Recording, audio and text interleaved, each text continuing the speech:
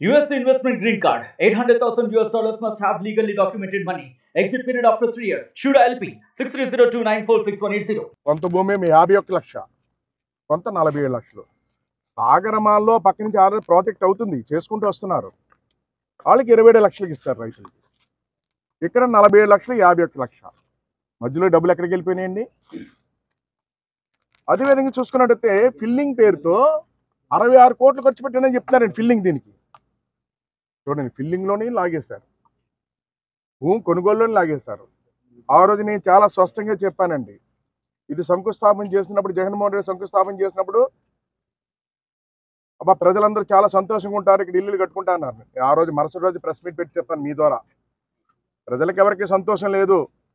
దీనివల్ల ఇక్కడ ఉన్నటువంటి ఎమ్మెల్యే మీ ద్వారంపూడి చంద్రశేఖర్ రెడ్డి సంతోషపడతాడు, సంపాదించుకోవడానికే ఈ ప్రదేశాన్ని సెలెక్ట్ చేశాడు, భూమిలోని కొట్టేశాడు, ఫిల్లింగ్లోని కొట్టేశాడు అని ఆ రోజే చెప్పాను. ఈ రోజున 16,000 మందికి ఇల్లు ఇస్తే ఇక్కడ 218 మంది ఇప్పటికి 4 సంవత్సరాలు ఇల్లు కట్టుకున్నారంటే ఏంటంటే కారణం, ఎవరికి ఇష్టం లేదు, ఇక్కడ రావడానికి ఇష్టం లేక. ఏమండి ఇప్పుడే అమ్మ చెప్పింది ఇల్లు కట్టుకున్న మంచినీళ్ళు లేవని చెప్పేసి, ఇప్పుడే ఫోన్ చేసి చెప్పాం కమిషనర్కి మంచినీళ్ళు ఇవ్వమని చెప్పి. కరెంట్ సరిగ్గా లేదు, సదుపాయాలు లేవు, ఏమీ లేవు.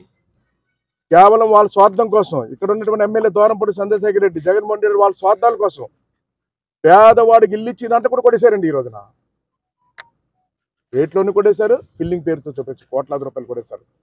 అందుకే ఇవన్నీ కూడా సబ్మిట్ చేస్తాను మా ప్రభుత్వానికి, ఈ రోజున కొత్త ప్రభుత్వానికి, కూటమి ప్రభుత్వానికి సబ్మిట్ చేసి దీని మీద న్యాయ విచారణ జరిపించాలి, అవన్నీ కూడా రికార్డ్ చేయాలి.